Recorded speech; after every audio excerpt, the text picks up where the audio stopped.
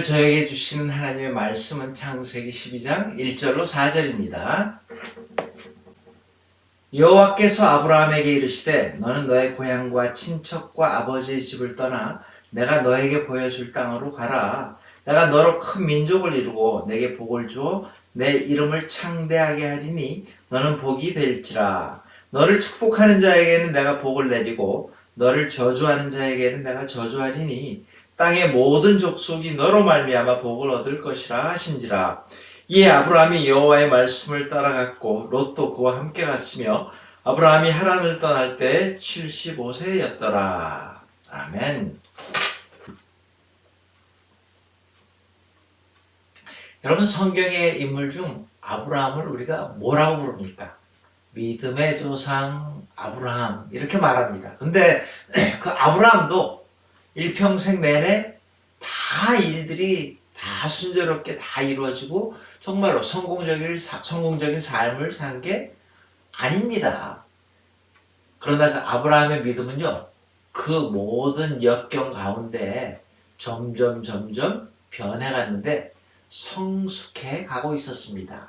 창세기 12장에서 25장에는요, 아브라함 부부의 전생애가 다 나옵니다. 그 가운데 우리에게 주시는 말씀이 무엇인지 오늘 간단하게 살피면서 우리 하루에 기도 제목이 될 수 있기를 바랍니다. 자, 먼저 이 아브라함의 모습을 보면서 모든 사람들은 결점이 있다는 것을 확인하게 됩니다.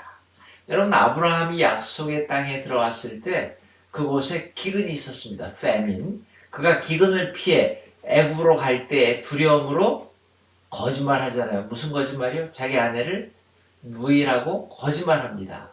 그래서 한 번만 그렇게 한 것이 아니라 그랄 지방으로 이사 갈 때 또 똑같은 거짓말을 반복합니다. 믿음의 조상이 어떤 모습이에요? 두려워하는 모습을 우리가 발견을 합니다. 또 하나님께서 분명히 후손을 약속하셨는데도 하나님께 묻지도 않고 아내 의견만 듣고 여종 하갈을 첩으로 맞아 아들 이스마엘을 낳게 됩니다.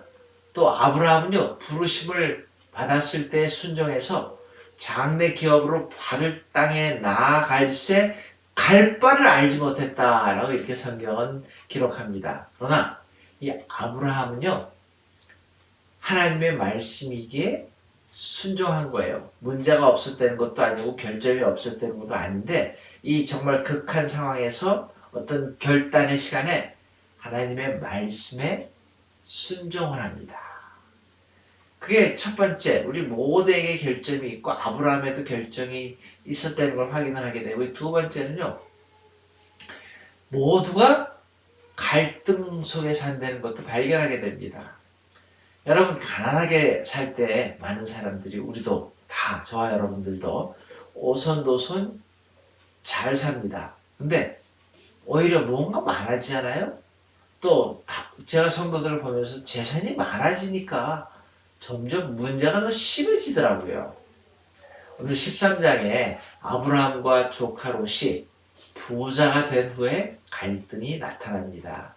그건요, 경제적, 환경적 문제로 일어난 것이다 라고 이렇게 볼 수 있죠. 우리가 믿을 때에도 성도 간의 갈등도 있고 불신자와의 갈등 분명히 있습니다. 이 땅에 있는 동안에 우리 모두는 이런저러한 갈등 속에서 살아간다는 것을 발견을 하게 됩니다. 세 번째 우리가 찾을 수 있는 모습이 뭐냐면요, 우리 모두는 불신에 빠질 때가 있다라는 거예요. 아브라함 나이 99세 때에 하나님께서 나타나셨죠.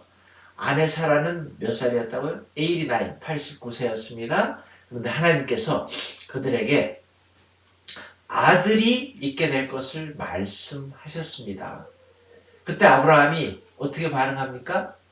아브라함이 엎드려 웃으며 심중에 이르되 100세 된 사람이 어찌 자식을 낳을까? 사라는 90세니 어찌 생산하리요? 17장 17절입니다.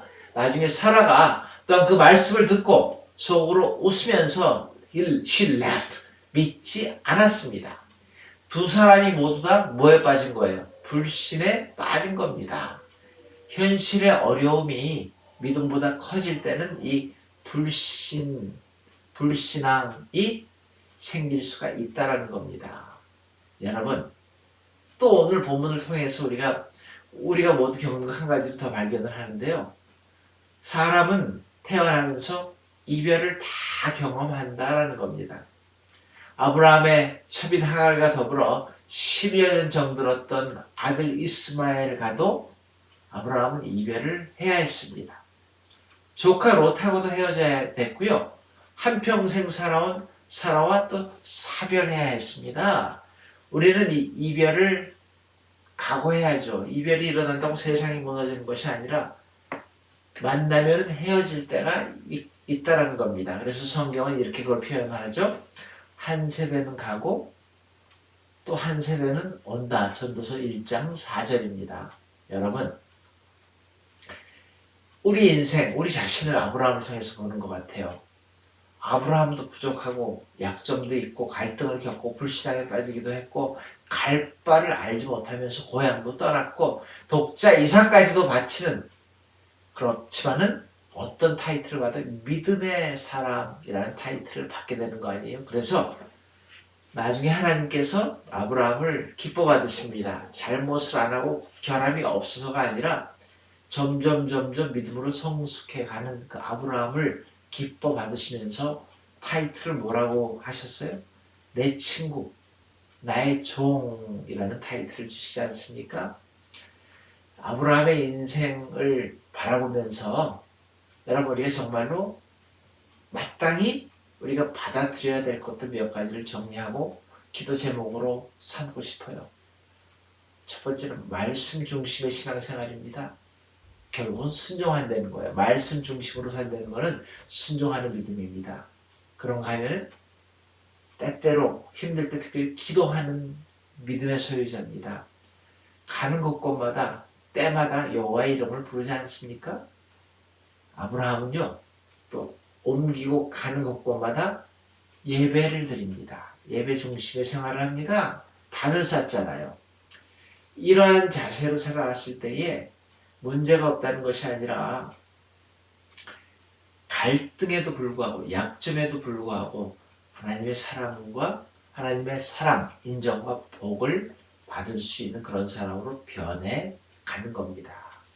여러분, 저와 여러분들도 쉽지 않은 이 세상을 살아가면서 약점, 결점이 없다는 것이 아니라 없을 수가 없겠지만 그럼에도 불구하고 말씀 따라 사는, 순종하는 믿음을 가지려고 노력하고 그쪽을 바라보고 그 길로 가는 저와 여러분들 되어서 아브라함의 복을 같이 받을 수 있기를 바랍니다.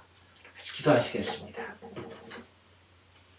하나님, 오늘도 우리도 아브라함처럼 갈등이 있고 문제가 있고 약함이 있고 부족함이 있고 정말로 결단 못할 때가 많은 그러한 존재임에도 불구하고 아브라함처럼 말씀 중심에 순종하는 생활, 기도하는 삶,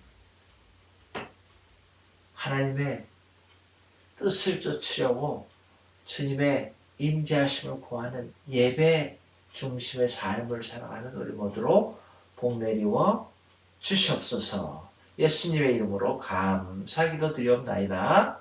아멘. 오늘도 주기도문 하시고 기도하시면서 하루를 시작하실 수 있기를 바랍니다.